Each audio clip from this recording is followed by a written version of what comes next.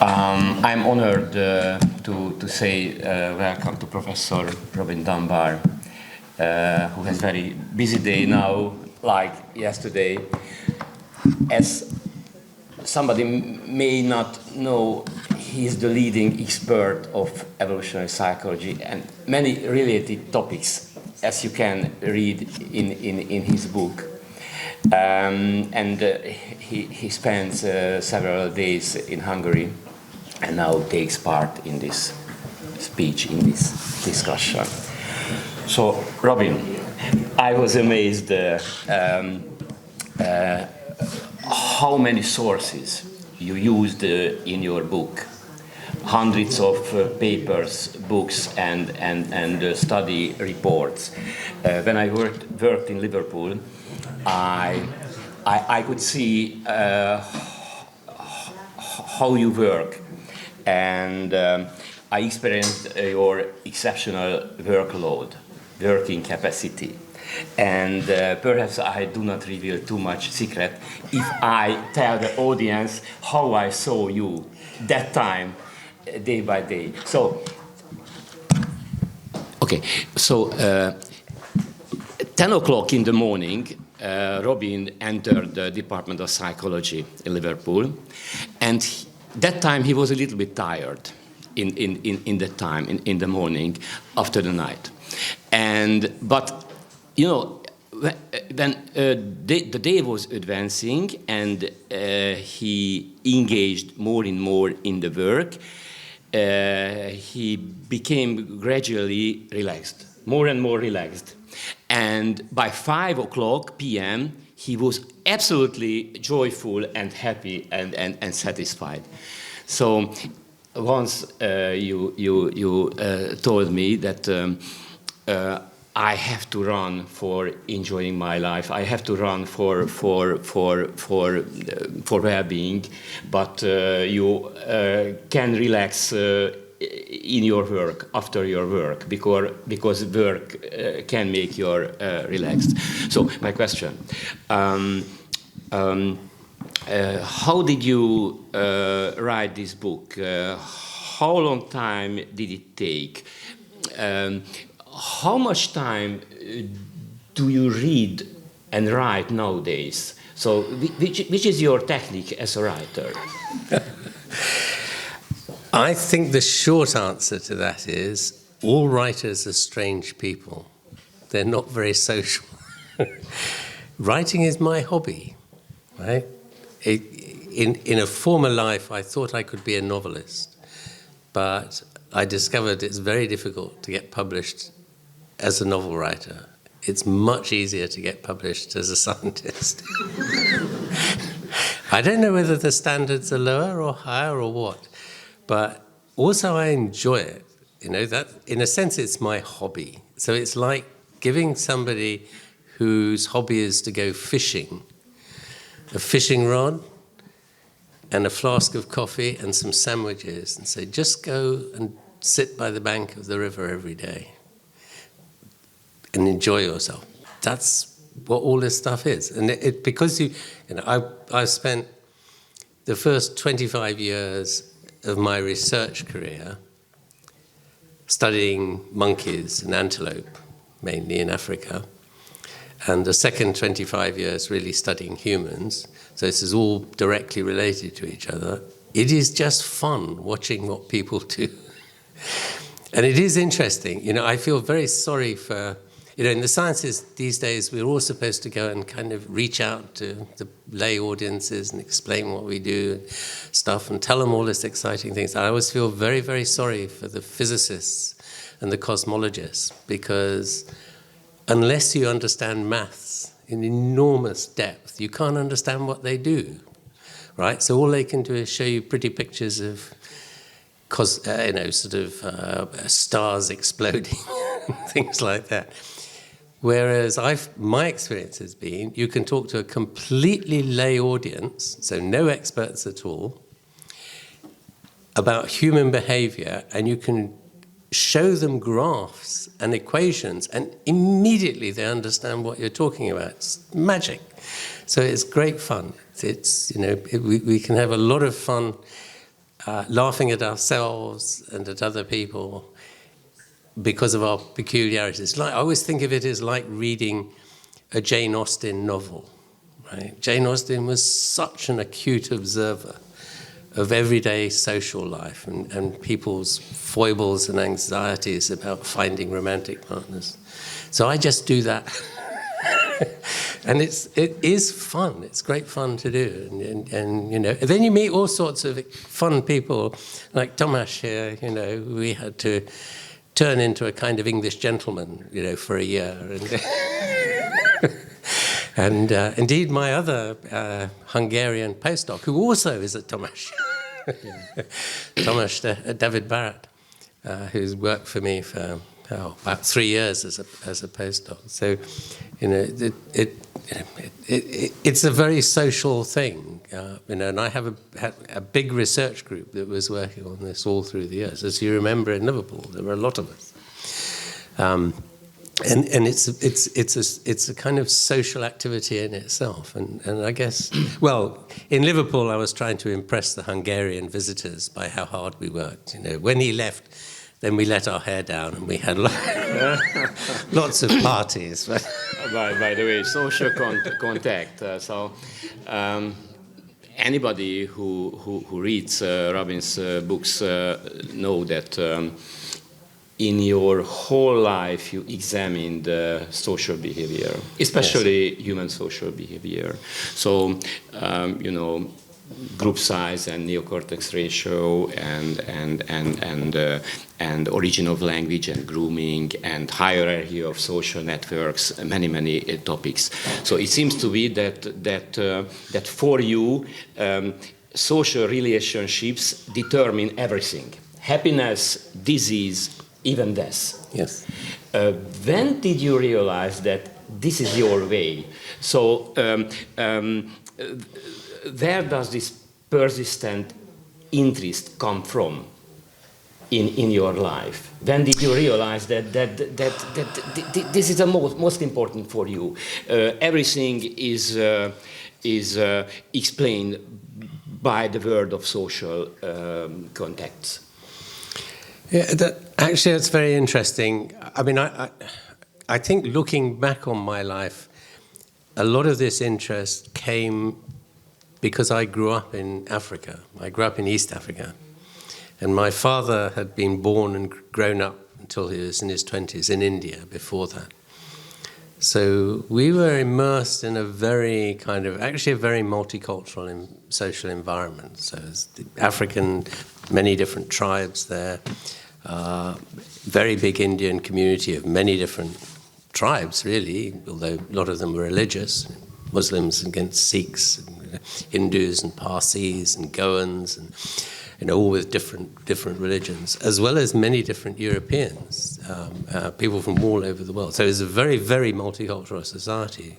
And I think that sparked my interest in this kind of variety of humans and our different ways of doing things that kind of worked both ways, because it made me, I'm sure, when I was working on studying monkeys and ape behavior in the wild, like Jane Goodall, if you like, it made me a better observer of their societies, and therefore made me begin to get interested in studying the social nature of these very social species, and then brought me back to humans eventually. I came back to studying humans with great thankfulness to Mrs. Thatcher. Maybe not for the reasons you think. In that, when I had my first full-time job, instead of having been a research worker, I was very old. I was about 40. And just at that point, you had the Thatcher squeeze, and there were no jobs going anywhere in Britain, especially academic jobs. They clamped down completely. And so there was no money for research, and I couldn't go back out to Africa and study monkeys as I'd been doing. So I thought, what do I do?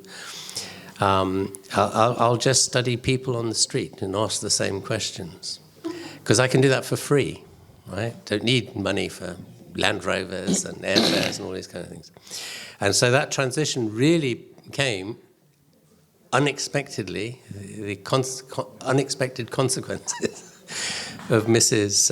Thatcher's economic policies. So bizarrely, I have to be grateful to her, even if I might disagree with her politics, because it actually introduced me to studying humans, and we would not be sitting here but for that accident. So in life is a series of accidents where your whole trajectory might be taken off in different directions. And for me, that was one.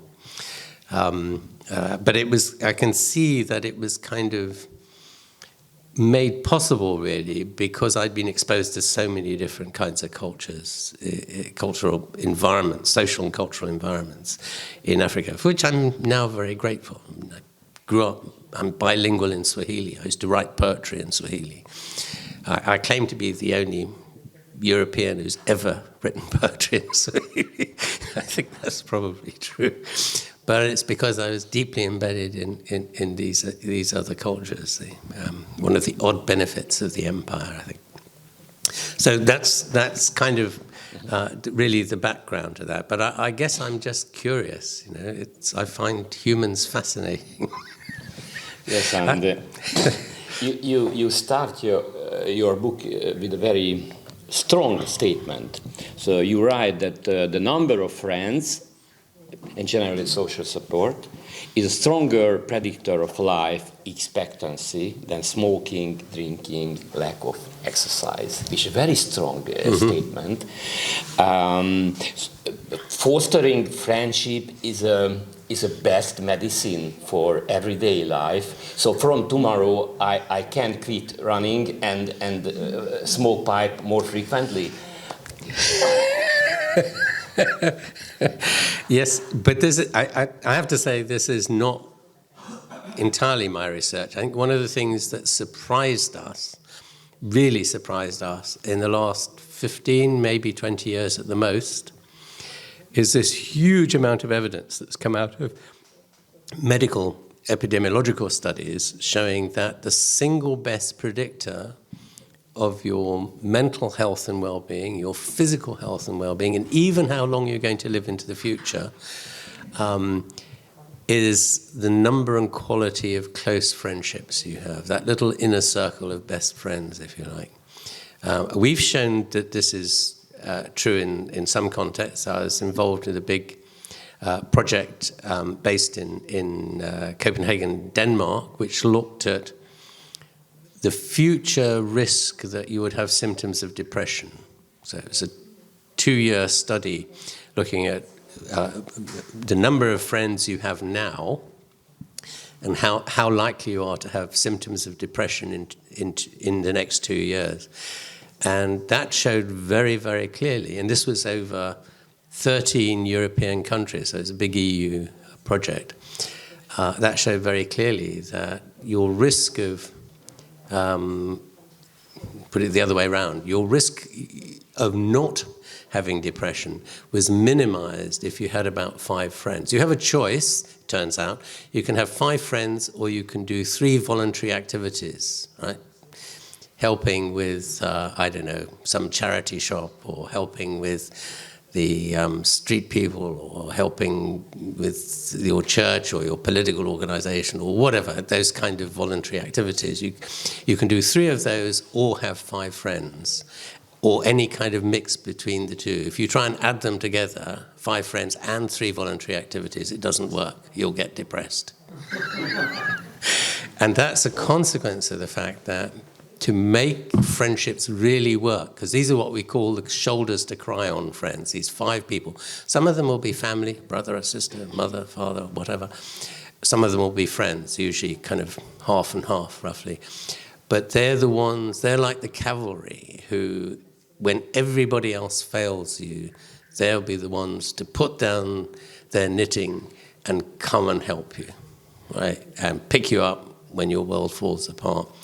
But to make them be willing to do that, you have to invest a lot of time in them. We devote, from our research, shows that you devote 40% of your total social effort, however you measure it, whether it's the number of phone calls you make, or how often you see people, or how emotionally close you feel to them when you add that up.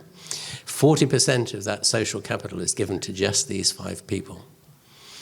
And you give another 20% to the next 10 people out. So 60% of all your social time and effort and thinking and what have you is given to just 15 people.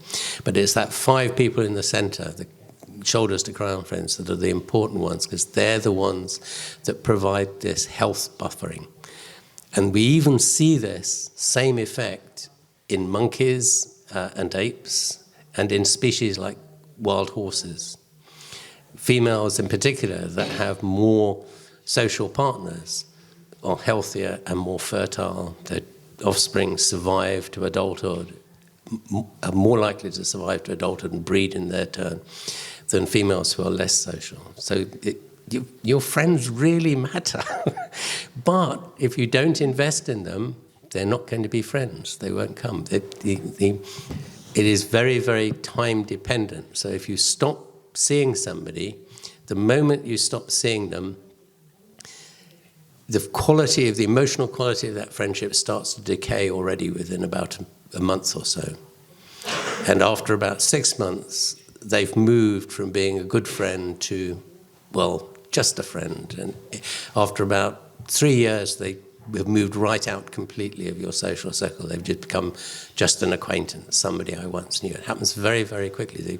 You've got to keep investing. We're very sensitive to that. We did a big project with my collaborators up in Finland on a mobile phone database. It's a huge database. It's 20% of the entire population of one very large European country, which I am not allowed to name you, or I have to shoot myself.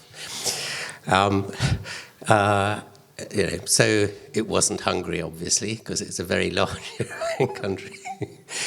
And all the phone calls made by these people, 6 billion phone calls over the course of a year. It's a very, very large sample. And what we showed with that is if you don't phone somebody as often as you're normally expected to, or they would normally expect to, the next, perhaps because you've been away on holiday, or maybe you've been in hospital or something, or you just forgot, the next phone call you make is twice as long.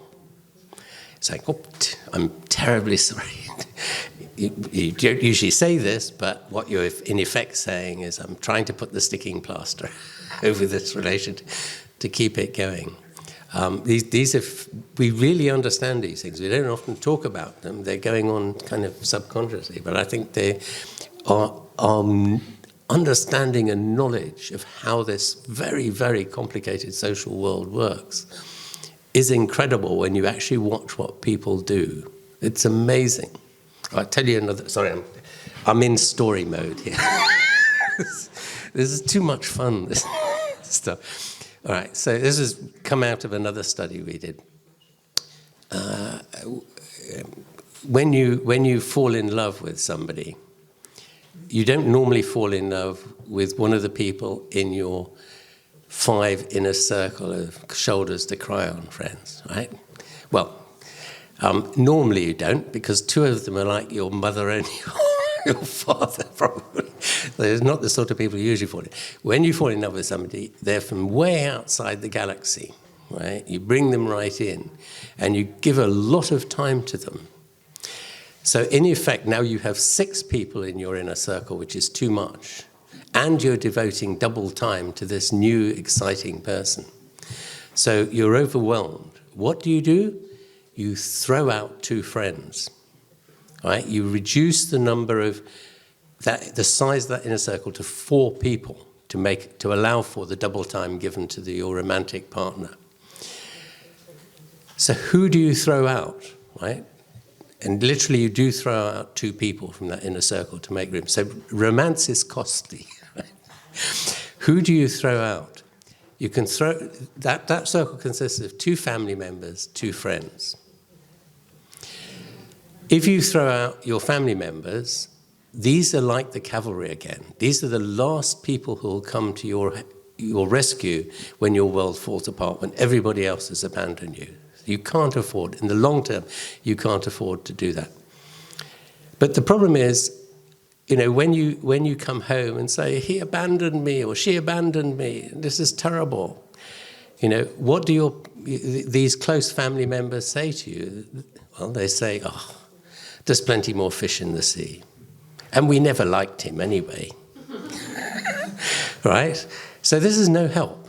At this point, you want some hugs and coffee and what have you with a friend. So you need your friends to provide that support, but at the same time, you don't want to abandon your family, those family relationships, because they're your long-term support. So what people do is they abandon one family member and one friend. They hedge their bets. It's unbelievable. So clever and so subtle, the way we behave. But, you know, we wouldn't have known that if we hadn't asked these kind of questions and collected data to actually look at these particular topics. So, yes, this is why we have so much fun doing this kind of research.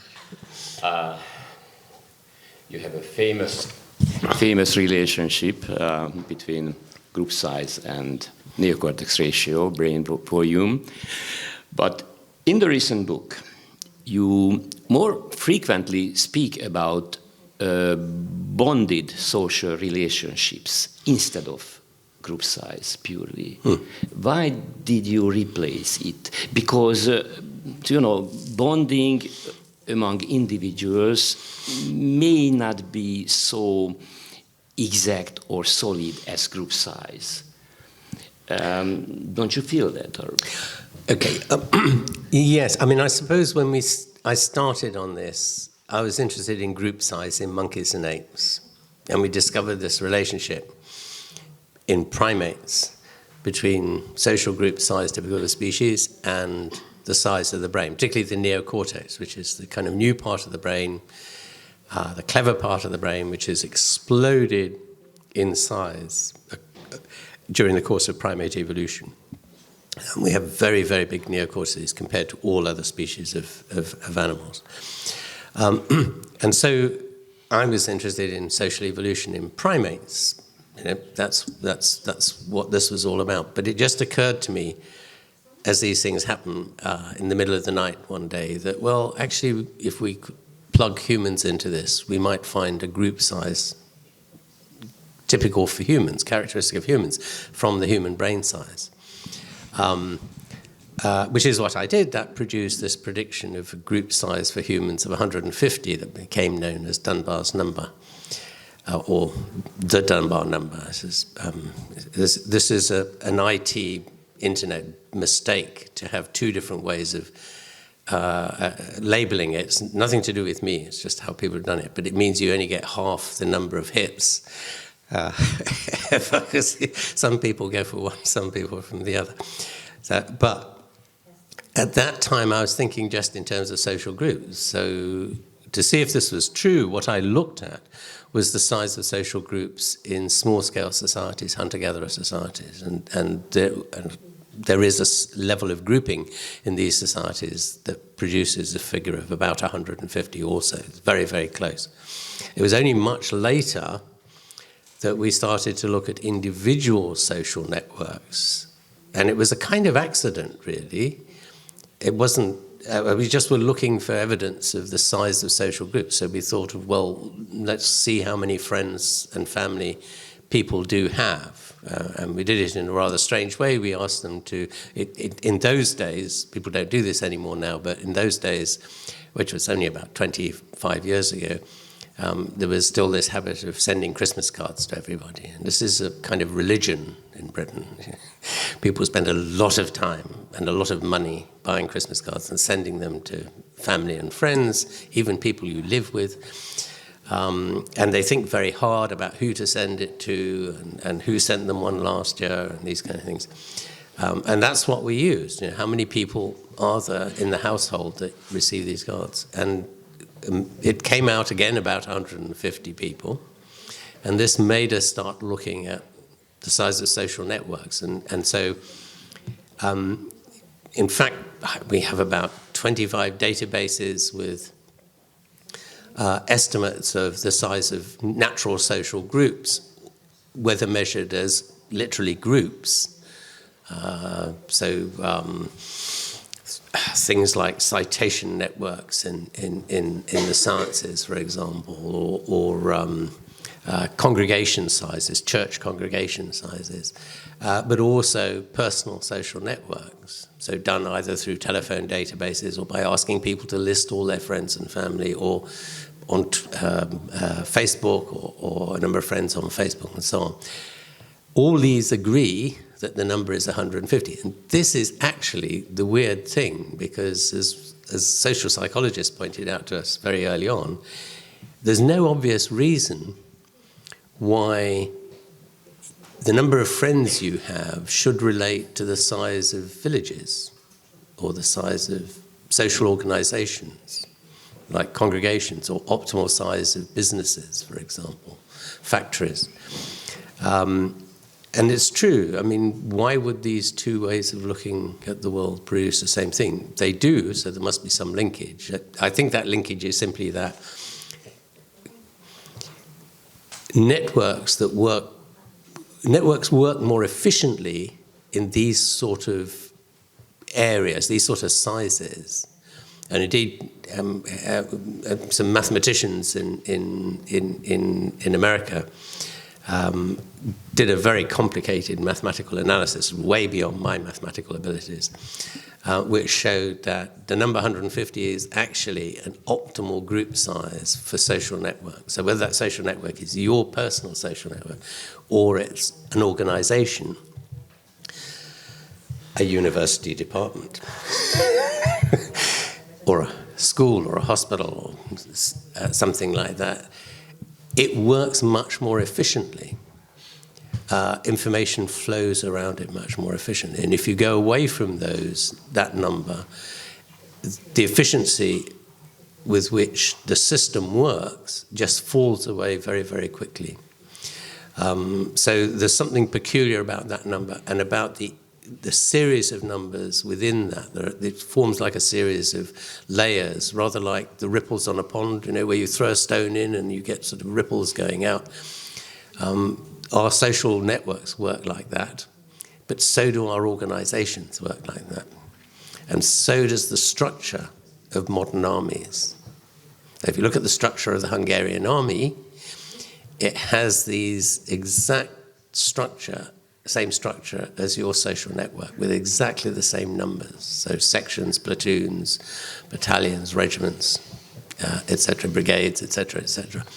They have these same numbers in there, and there's something weird about these numbers that makes them work more efficiently. So they occur at 5 and 15, 50, 150, 500, 1500. Those numbers seem to function socially much more effectively, and anywhere in between, it doesn't work. So there's a lesson here: if you have a business and are increasing your business, and you've had 50 people working for you, and you've got lots of orders, you want to increase the size, you've got to jump. You don't want to add another 50 people, because that puts you in the dip in between. The thing will fall apart. You've got to jump to 150 as fast as possible, and then it will be stable again and work brilliantly. So there are all sorts of lessons for real life and the way we organize ourselves out there in the real world from these, which is surprising. I mean, it is odd that these numbers should be the same, but there's something about them and the way our natural social relationships work that dictates these numbers as kind of optimal. In your book, you found a very important relationship between the number of friends and certain parts of the brain we use in everyday activities, like orbitofrontal cortex or dorsolateral prefrontal cortex, like this. So what do you think? Which side of this correlation is regarded as a cause, and which side is regarded as an effect? Because there are several alternatives. I can imagine that one possibility is that the larger the orbitofrontal cortex I have, the more sophisticated my cognitive abilities, mind reading, for example, and therefore I have more friends. But another possible way also exists. So, like in the case of London taxi driver. Sure. Okay, so the answer is a bit of both, really, in the sense that, what we've shown is that the size of social groups across primates and humans correlates with the size of the neocortex. So your neocortex is about 80% of your total brain size. In primates, it starts at about 50% of the brain volume and goes up to 80% in humans. So across that range, as species are getting bigger and bigger neocortices, they're increasing in size. What is kind of surprising, but not surprising from an evolutionary point of view, because this is how it should work, when we started doing neuroimaging studies, and other people have been doing neuroimaging studies, other labs, what we found is this number of friends people have, however you measure it, whether you ask them to make a list or whether you just take their Facebook page, the number of friends and family they have correlates with the size of a very big chunk of the neocortex that is associated very specifically with the kinds of cognitive capacities that are really important in managing relationships. This is not a memory problem, which is what often people mistake it for. You have a big brain to store all your anniversary dates in. This is the mistake Facebook makes. It really isn't. Relationships really aren't about just remembering to send a birthday message. It's actually more complicated than that. So it's not remembering who is who and when their birthday was and these kind of things. It's actually knowing how to work with them in a social environment and how they think. And this requires us not only to spend a lot of time getting to know individual people and how they behave, but being able to kind of work through all the calculations to predict how they might behave if we say something, so we don't upset them or we say the right thing in the right context and all these kind of things. It really is very complex. It's very easy to destabilize relationships. We all know that, right? It's very easy to do. So this is what makes the social world really complicated to handle, and why primates and we have such big brains to handle this. So what seems to happen is the species brain size sets a kind of limit, or a typical limit, on the number of relationships that you can manage simultaneously, which gives you your species average. And there's some variability around that, so that some people have smaller bits of the brain. We actually figured out at one stage, I think it was 6 cubic cc's of particularly neocortex area for every person in your inner circle, right? Something of that order. So there's some variability in that. Some people only have 3 best friends in that inner circle. Some people have 7. That's kind of typical range. And that difference depends on whether personality differences and other effects as well. We know quite a lot about what affects it. But the size of the brain you have to manage that seems also to be important. Now, some part of that brain size or brain part size will be due to your genetic history, that's for sure. But part of it undoubtedly will be due to experience. So we know, for example, from the famous London taxi driver experiment, that the brain is actually much more flexible than we thought it was, up to a point, but particularly early in life. And so we know that children's abilities to handle the social world and to handle things like mentalizing and stuff and other people's perspectives on things is improved by practice. So children that have older brothers and sisters learn these things faster. They develop socially much faster. And by the same token, children that are kind of experience a wide social world, if you like, through school or whatever it may be, develop faster along those lines too. And that's because actually the whole process depends not just on the size of the brain that nature has given you, but so that's the size of the computer, but the software that's put into it. And the software that's put into it comes during socialization. It's not that we're taught it, right? So it's not a matter of you sit down, you learn how to be social. It's learned through experience, and that's why we have this very long childhood and teenage years. It's absolutely crucial to learning social skills. And you have to do it in the sandpit, right? The sandpit of life. You cannot do it by learning from a book or by being taught by adults and teachers that this is how you behave. It's learning the skills of diplomacy. Because the social world is all about compromise, constant compromise and adjustments to allow you to keep the group together and to keep the group working. And that you learn by practice and experience. So I often describe it as being the sandpit of life. You won't learn it online. That's the worry. I think for the modern younger generation, the critical years are probably late childhood through the teenage years. So from perhaps 11 or 12 up to, well, probably 25 actually seems to be the time you become fully adult, according to the developmental psychologists. And indeed, that's when the brain finally stabilizes. And it's the frontal lobes in particular finally stabilize at that time. It really is a very, very long learning period. And you have to learn it by practice in the sandpit of life. And the point about the sandpit of life is when somebody kicks sand in your face, you can't get out of the sandpit. You have to learn to deal with it, right? And that's the secret to the success of our social world. The human social, this hugely complex, big social world. I don't think you can learn that online, because the temptation is just to pull the plug, and you never learn to compromise with people who disagree with you. So that becomes very, very important. That's why we have this long childhood and teenage period. We're kind of learning these very complex social skills to handle this complicated social world. And if we don't learn them, it restricts the number of people that we can hold in a relationship, meaningful relationship with us.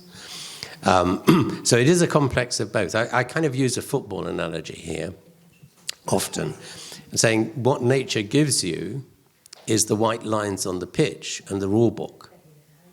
But that doesn't allow you to win the game, right? The way you win the game is by practicing on the pitch and playing against other teams and learning different skills. And you can't teach that. In the same way you can't teach somebody how to dance or how to make a stone tool, chip away at some flint to make a stone tool. And we don't use language for this, right? You don't say, you do this and you do that, or you move in this direction, move in that direction. In a dance, let's say, all you say to them is, watch what I do and do it yourself. And you have to learn these skills and build them up. And it takes the social world takes a very, very long time to do it. All primates are the same. The size of their neocortex is correlated with the length of their childhood, this practicing bit. So there is a sense in which the brain also adjusts, probably, and increases in size, the relevant bits of the brain, as a result of the experiences you have in childhood and early adulthood. So it kind of cuts both ways. But I think the bottom line is your genetic inheritance as an individual, but also as a member of our species, sets some boundaries which you can't exceed.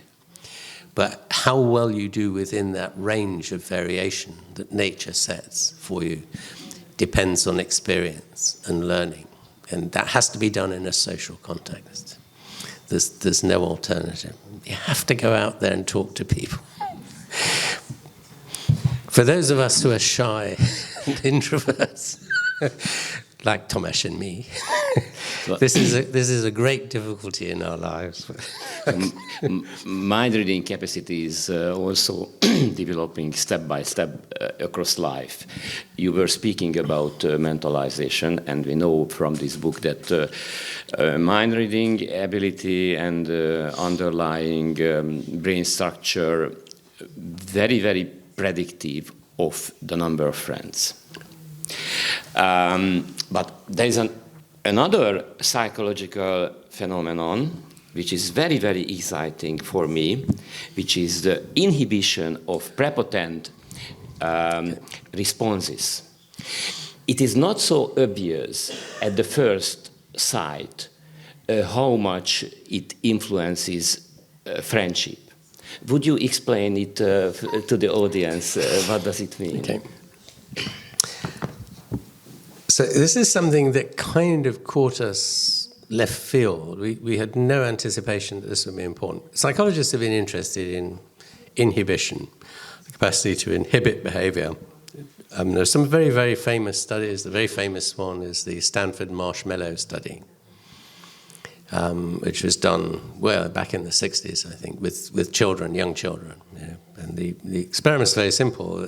You take the child into an experimental room, and on the table is a plate of marshmallows, some nice treats that the children, American children, like.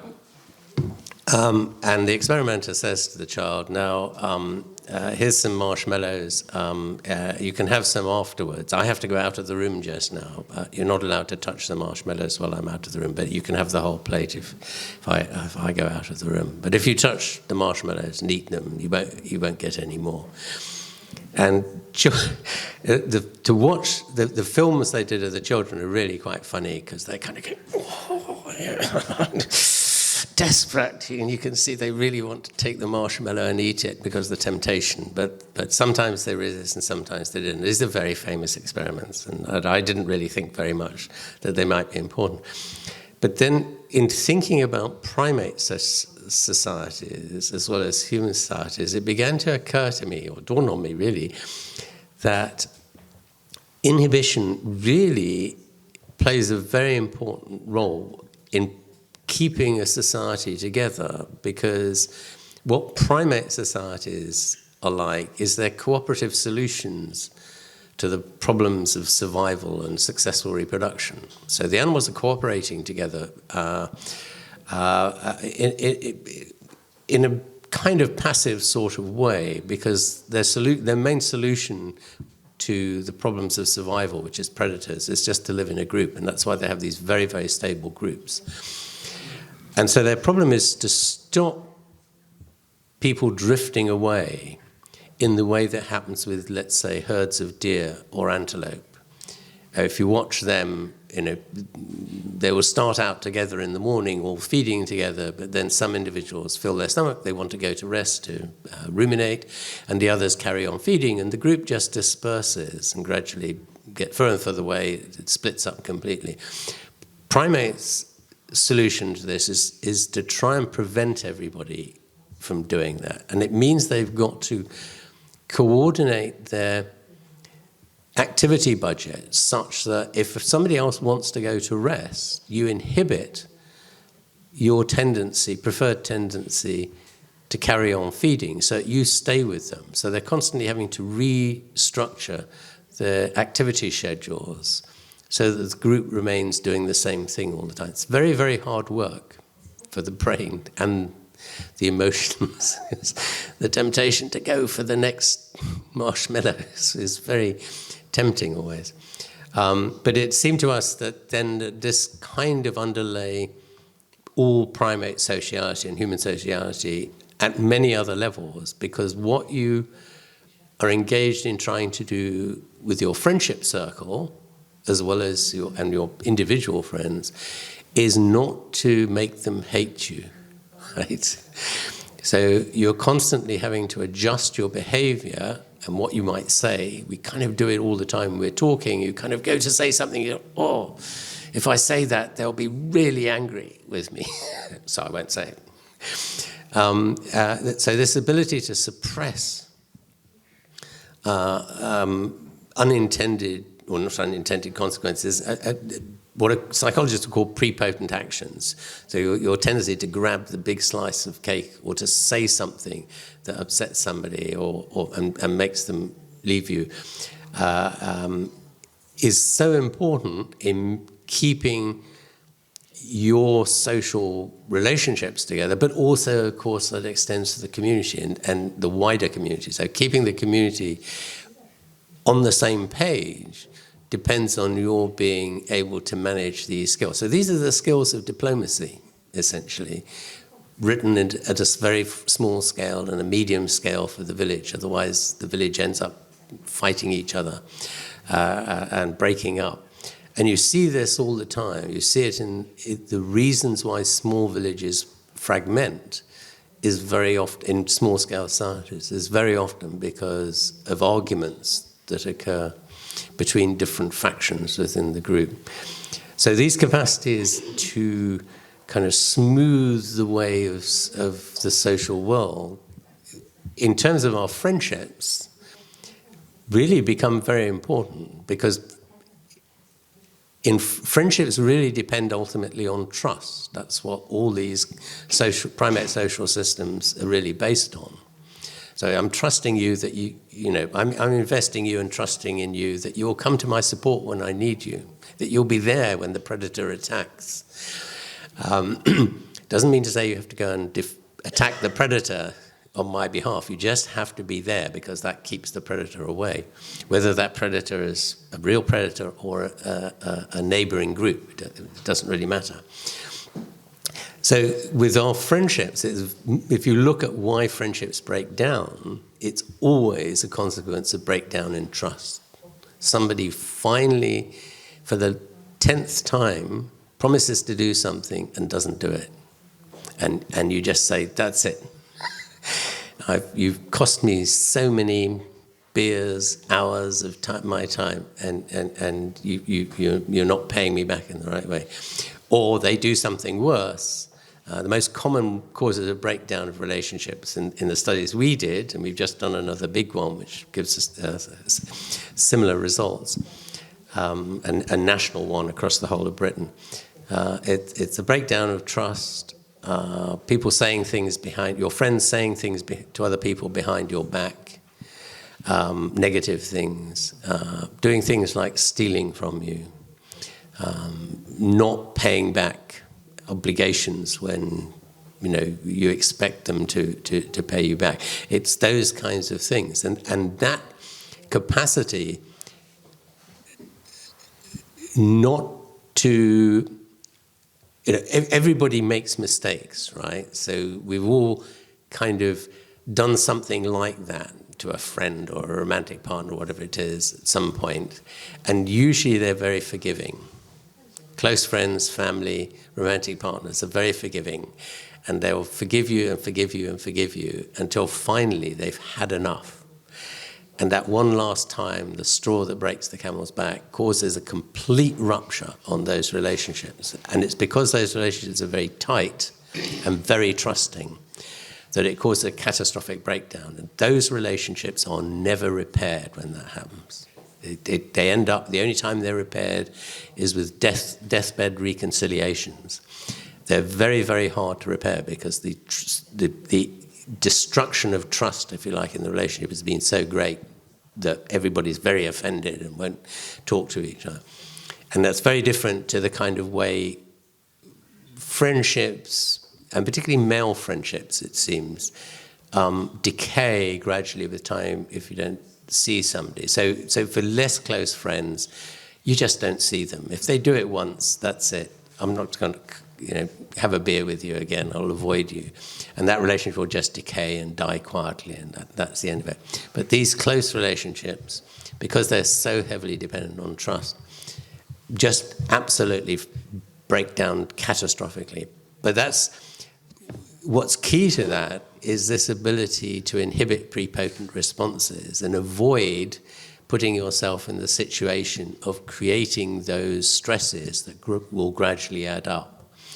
And cause the breakdown of the relationship. And that is extremely hard to do, and it's actually very expensive for the brain. The brain is having to work very hard on those kinds of tasks to do it. And the ability of different primate species, including humans, to engage in inhibition like that is correlated with the size of their brain, particularly the size of this bit of the brain at the front, as there are brain regions in there which only occur in anthropoid primates, let's say monkeys and apes and of course ourselves. And they allow us to engage in this kind of inhibition in a way that is no other species of animals can do. None at all, not even the other mammals, not even the prosimian primates, the lemurs of Madagascar, can't do this inhibition trick in the way that the anthropoids can. And we're just much better at it because we've got this bigger computer allowing us to handle it. But it is a ferociously difficult thing to do. As we all know, life experiences teaches you these things.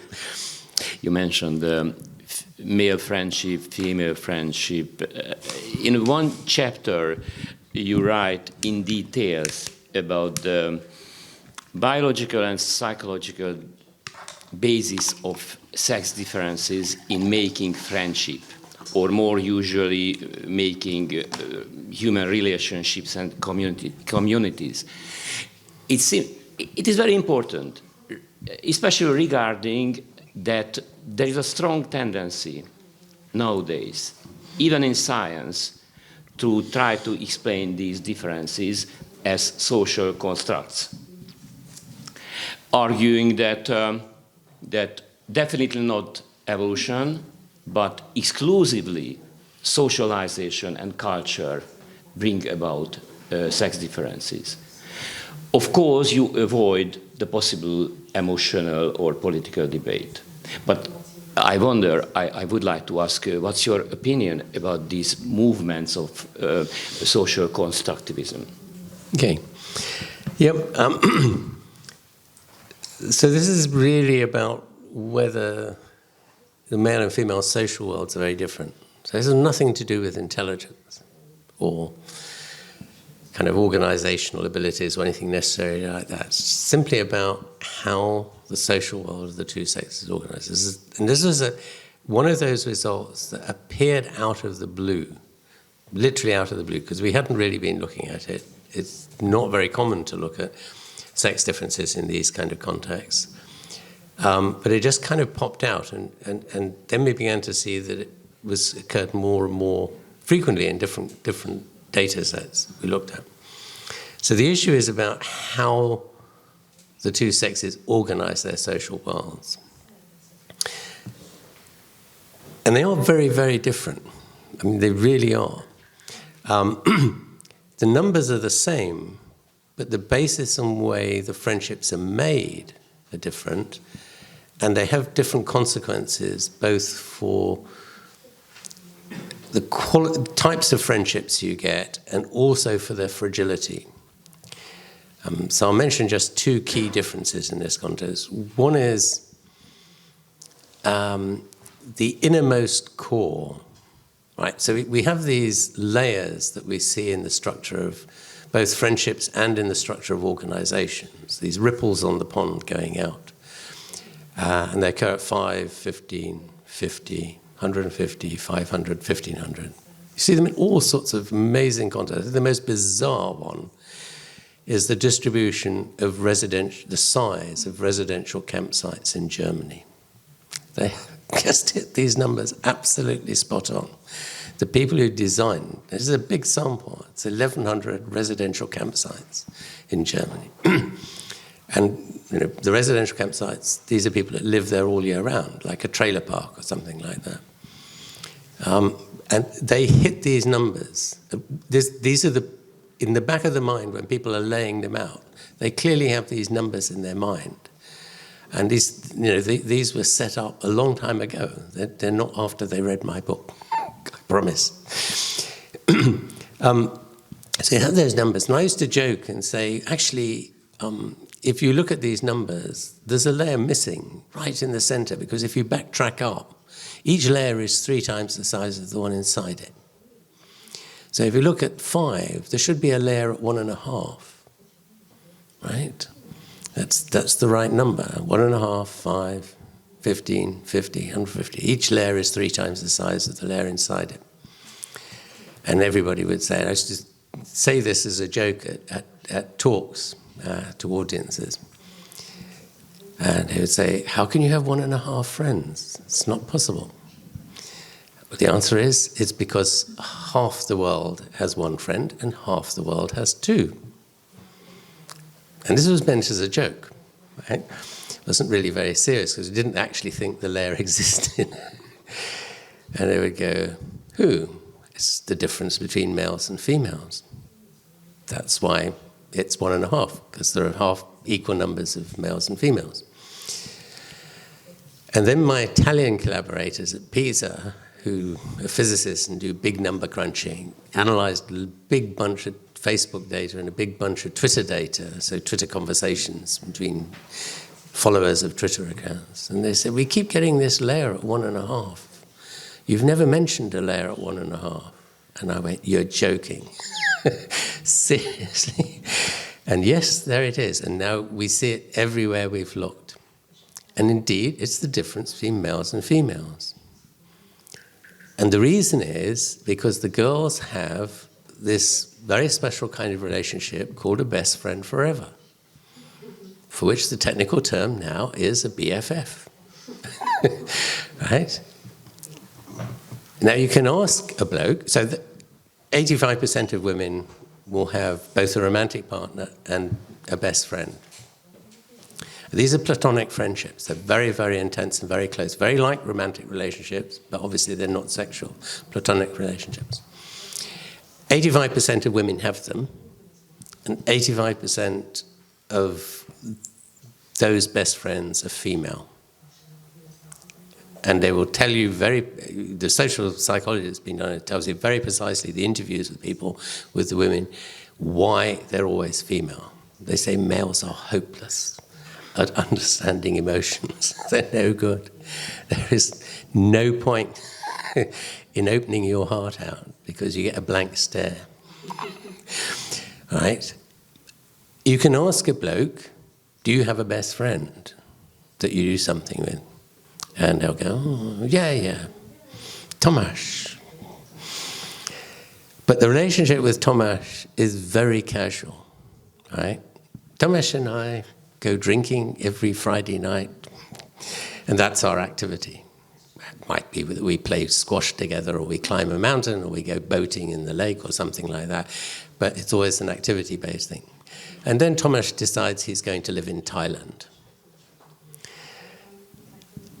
And I go, oh, it's too bad, you know. It was many years of great fun with Tamás. But never mind, Chava is still around. I'm going drinking with the Chava. So just complete substitution, right? And you don't get that with best friends forever with girls. They'll be on Facebook, on the phone, trying to maintain contact with the relationship, right? Keep it going. For boys, it's literally out of sight, out of mind. Right. Now, the interesting thing in this context is, in our samples, no male who said he had a best friend, so A, it's a different quality of friend, but no male who had a best friend also had a romantic partner. And no male who had a romantic partner also had a best friend. So while women keep their best friends with their romantic partner, males abandon their best friend when they have a romantic partner. And that's partly because the women organize the couple's social life. This is why you end up with real problems for males when they get widowed or divorced, is because suddenly half their social circle disappears overnight because actually it was organized by the women. Now, that's the sort of innermost thing. But what's interesting is one of the reasons for this is how relationships are created. And this was kind of, again, an accidental discovery that we did doing a project on the use of use of telephones to keep in contact with friends when people had separated and moved apart. In this case, students going off to university. What it turned out is in order to keep a friendship going, that you were no longer able to see. For the girls, it required actually making the effort to see them, to have a conversation with them. It's very conversation-based. For the boys, the effect, whether they did more conversation with that person or less, made absolutely no difference to the quality of the friendship. These are with their friends, general friends. Absolutely no effect at all, and I mean zero. Right? Whereas with girls, if they spoke to the person less, the quality of the friendship declined. If they spoke to them more than they had done before they were separated, it preserved the emotional quality of the friendship. But with boys, the difference was activities. So yes, okay, if girls made a big effort to do more activities together, I don't know, going shopping, we gave them a long list, going on holiday together, going shopping together, going partying together, going clubbing together, all these kind of things. If they did that, it did prevent, or if they made the effort to do that, it did prevent the relationship dying. But it made a massive difference to boys' relationships. Boys' relationships are club-like, much more club-like. Girls' relationships seem to be very focused, individualized. It matters who you are, not what you are. Whereas boys' relationships are more like a club, where it matters if you're a member of the club, not who you are. So they're completely substitutable. I mean, these are generalities, remember, so there's overlap in the middle, of course. But that distinction is very big, I think, and it probably explains why men like clubs, where they're prepared to sit and listen to very boring speeches, providing they're drinking or eating together, doing an activity. And it doesn't seem to matter what activity it is. Whatever you do, it might be mountain climbing, it might be playing squash, it might be playing golf, it might be canoeing, it might be just sitting in the pub on a Friday night having a drink together. The conversation is irrelevant, right? Except that you need to make people laugh. And it's very characteristic, I'm sure you've all had this experience. A couple goes to dinner with some other couples. And they have all evening and they're discussing all sorts of things. And the couple gets home at the end of the evening and the wife says to the husband, now isn't it terrible that so-and-so's daughter has run off to Thailand or done this, that and the other? And the husband said, really? She said, well, we spent all evening talking about it. Did we? They have been at the same conversation, but they've heard completely different things because their social focus is in a different place. Women's social focus is very much on the nature of relationships.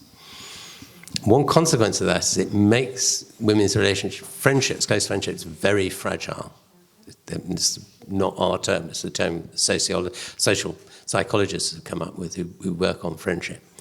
They're very at risk of catastrophic breakdown because they're very like a romantic relationship. They have the same intensity. So it's extremely focused, very personalized on the individual, whereas boys live in this kind of... Sorry, Tamás, it's true. Very kind of here today and gone tomorrow, and it doesn't really matter kind of social world. It's very weird. The question is why we do that, why these differences. It's easier to see a reason why women might do that, because women in small-scale societies tend to move. Of course, they have done move on marriage, let's say, to another community. I mean, that's, if you look probably in the Hungarian family history databases and so on, you'll see the same. The girl goes and she gets married in her village, but then she goes and lives in the husband's village, right? And when in small-scale traditional societies, those villages are all relatives of the husband, all of them, by marriage or by biology. And the girl is completely on her own, with nobody to defend her, and her parents and her brothers and sisters and cousins and so on are over the other side of the hill in the next valley, so she can't go and get her. So it's probably been very important for girls to be able to form these very close, supportive relationships. And that's why women have much better social skills than men. be able to manage that, because they're managing a much more complex situation. The boys are all related to each other, so there aren't these kind of pressures. But equally, and this might explain why boys are so clubby in their relationships, is, of course, in all those small-scale societies, the males essentially are the defensive arm for the village. So they form the warriors, if you like. And to do that, they have to be able to bond with, and to bond in some committed sort of way, with anybody who's part of that group. So that they stand by them on the battlefield, if you like, and don't abandon them. And it's much more important that they can do that with several individuals, because there's no point in having an army of one. You're not going to win anything. You've got to have all the young warrior males working together and cooperating with each other in pursuing the protection of the group on the, as it were, on the battlefield. So I'm kind of speculating here on the second half, because I don't think we really understand why males should be so clubby. It's not that they're less social, it's that their sociality has a different quality to it, and that quality is much more club-like. But I'm very conscious of the fact that when you start looking at it, a lot of these kind of clubs that are traditional, the Masons, for example. I'm Scottish and I belong to a Caledonian Association. The Caledonian Association's all over the world for expatriate Scots. And they're all, traditionally all male. And they're basically drinking clubs. Lots of toasting that goes on and long, boring speeches. But they're very congenial to something in the male psyche. Women, I think, find them very boring because they want to talk to each other. Males will sit in silence. And that just, to add a final example of that, this is my cartoon version of what male bonding is. Right?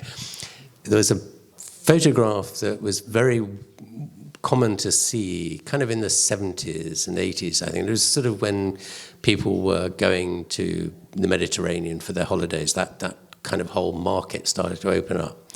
And you often see pictures of these two old Greek men sitting in the sunshine, either side of a table, outside a taverna. And every now and again, they would pick their ouzo up and have a little sip, or pick their coffee up and have a little sip. And they never spoke to each other. This is boys bonding. It's very different. My final, or probably final question focuses on online relationships among friends, which is, besides sex differences, also a highly debated topic. Yeah.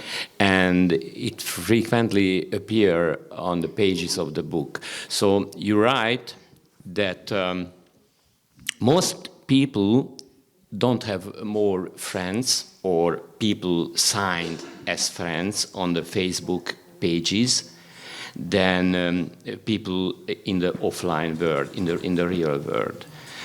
It is very interesting in itself, but you continue and you evaluate the possible benefits and costs of online techniques. So benefits, for example, possible preserving of fading friendship, or the cost, of course, the negative effects on mental well-being and loneliness. And if you take everything together, are you optimistic? So do you think that online use contribute to some developing tendencies in the future? Okay. Yeah. This is a great question. Obviously, it's been much debated. You know, is social media good for you or bad for you? Like all these questions in science, it's a bit of both. Right? So I think, yes, social media can be very good. It helps you keep contact with friends over a much longer period in the circumstances when you can't walk down the street and knock on their door and say, let's go and have a coffee together and catch up. So that's very valuable. That was the original reason it started, remember. And Zuckerberg and his friends were about to leave Harvard and go off into the big wide world, and they would be missing their friends. So it's a way of catching up, keeping contact with them. And it does, but actually we're much more selective than people think. So the number of friends we have on Facebook, on average, is not, contrary to the urban myth, significantly larger than the number of friends we have in the offline world, despite, even in the younger generation. And in fact, I think the best study that did that, there was a very infamous study of Facebook about 10 years ago, which they got into a lot of trouble for because they used it as an experiment to feed people different news feeds to see if it made a difference. So it's kind of an interesting experiment, but perhaps a bit naughty. Facebook had said it was okay to do, but they helped them do it, of course, but they never asked the page owners. Well, this was a massive sample, 61 million Facebook users. And one of the things they did as part of that was determine how many friends they had on Facebook. So I'm frequently told by lots of people, I have 500 friends on Facebook. I have 1,000 friends on Facebook. And I'm afraid my response is, you do, but what proportion of all Facebook users have that number? It's very small. The average number of friends on Facebook in this 61 million sample, so almost certainly some of you are in that sample. Thank you very much for your contribution to science. Was 149. Right? Now, you can't get closer to 150 than 149. So on the strength of that, I'm collecting a very large amount of money. I'm sure that I'm owed by lots of people that bet me it wasn't true. And I'm going to buy any spare Russian yachts that are for sale and go and live on the Caribbean. And I invite you all to come at my expense and stay. Because it just seems that most, yes, okay, some people have more. They tend to be people who add in people we would in everyday life call acquaintances. They're people we know quite well, people we work with, we might go and have a beer with them, but we'd never invite them to our big birthday party or wedding kind of arrangement. That's that 150 people that you invite to those. And most people are very careful to ensure that their Facebook page consists only of those 150 people, give or take a bit. The variability among humans. So I think what Facebook doesn't do necessarily, or digital media in general, is allow you to, as they promised, increase the size of your social world. You can meet people online, of course, and lots of people meet even romantic partners these days online, but it is not a good environment to get trapped in, right? The biggest problem for romantic relationships is romantic scams. They cost tens of billions of dollars a year to people who have, they develop this online relationship with somebody, they trust them, and then the scammer asks them for money, small amounts, and then bigger and bigger and bigger amounts. And they get so immersed in the relationship, they can't stand outside. I knew an Australian professor who was at the time working in Britain, and she said she was heavily involved with the police in this kind of stuff, and they would go to somebody's house and say, this relationship you have, you're being scammed by this person. And they would go, oh, yes, and they would show them the evidence. Oh, yes, I see what you mean. I won't contact them again. And then a month later, they'd be back knocking on the door again. Said, you said you wouldn't contact this person again. You start, oh, well, he was so nice, and he was so plausible, and he apologized for what he'd done, and he wouldn't do it again, and so on. You just get immersed. This is how scammers work. So you're very vulnerable to that because you don't have the ground truthing of actually seeing the person. So scammers represent a kind of extreme case of how we operate in the social world, and particularly romantic relationships, but all kinds of friendships are like this.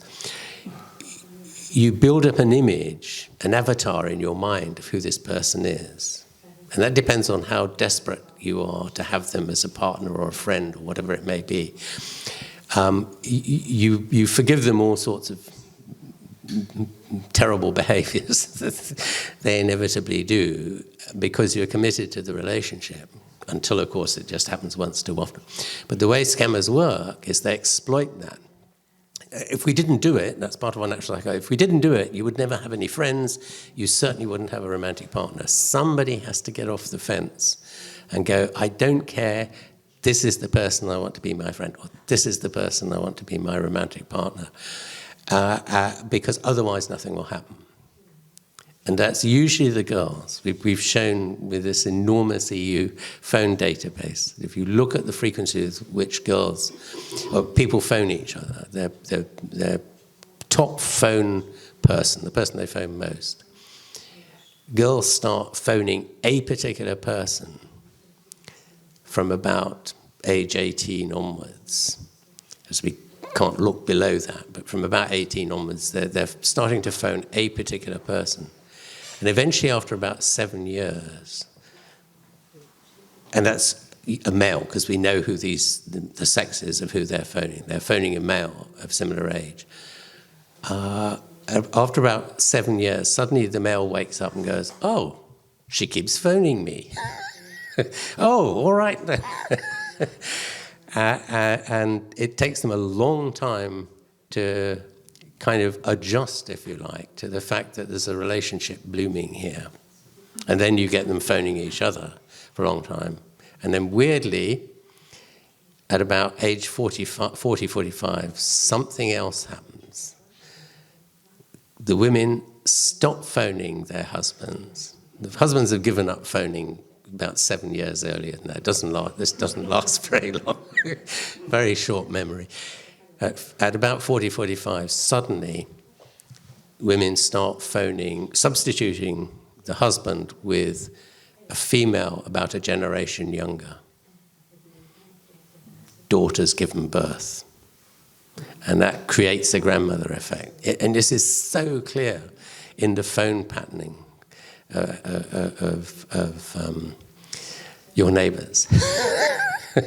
And I'm sure it's true everywhere. So you know, these efforts that we make to create relationships in this context expose us to these risks of exploitation. The digital world is very easy for that to do because the scammers withhold evidence of who they are. They send you photographs of Greek gods or Greek goddesses to make you believe it's them. But once they've got you persuaded and deeply in love with this avatar in your head as to who this person is, when you eventually meet them and realize they're not Greek gods or Greek goddesses, you forgive them, right? This is very, very common.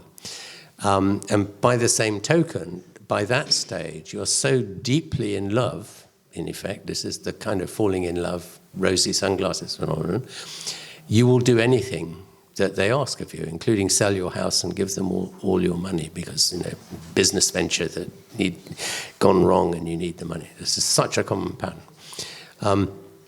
So that doesn't happen anything like as often in real life because we have the ground truthing of actually meeting the person. We can stare into the whites of their eyes and see whether they really mean it or not, in a way which is just not possible online. So there's where the dangers lie. But nothing comes for free in life or biology. So, you know, it's not a matter of the digital media being good or bad in that sense. Everything is in biology has a benefit, but also has a cost. Everything we do. You can't live without eating some salt, but if you eat too much, it's poisonous. You can't live without eating some protein. But if you have too much protein, too much meat-based diet, you get protein poisoning. That's what killed most of the early explorers of the American interior in the 18th century. They didn't know what vegetables and fruits to eat, so they just kept killing deer and eating them, and they got protein poisoning and died. If you have too much oxygen, you need oxygen. If you have too much oxygen, it will kill you. You need water. If you have too much water, it will kill you. So it's the same with everything. At the end of the day, the digital world does have advantages, but you can get sucked in. The one I worry about is children growing up online, because I think learning the social skills depends so much with being in the sandpit, face to face with these other people, and learning how to adjust and compromise and so on with other people who don't necessarily agree with you, or keep kicking sand in your face unintentionally, and all these kind of things that happen in the sandpit of life, metaphorically. That if children grow up entirely online, they won't have the social skills to handle a large social world. And that's becoming more and more necessary as the world gets bigger. The problem with that is we won't know for 30 years whether that prediction is right or not. But by the time we know whether it's right or not, it will be too late.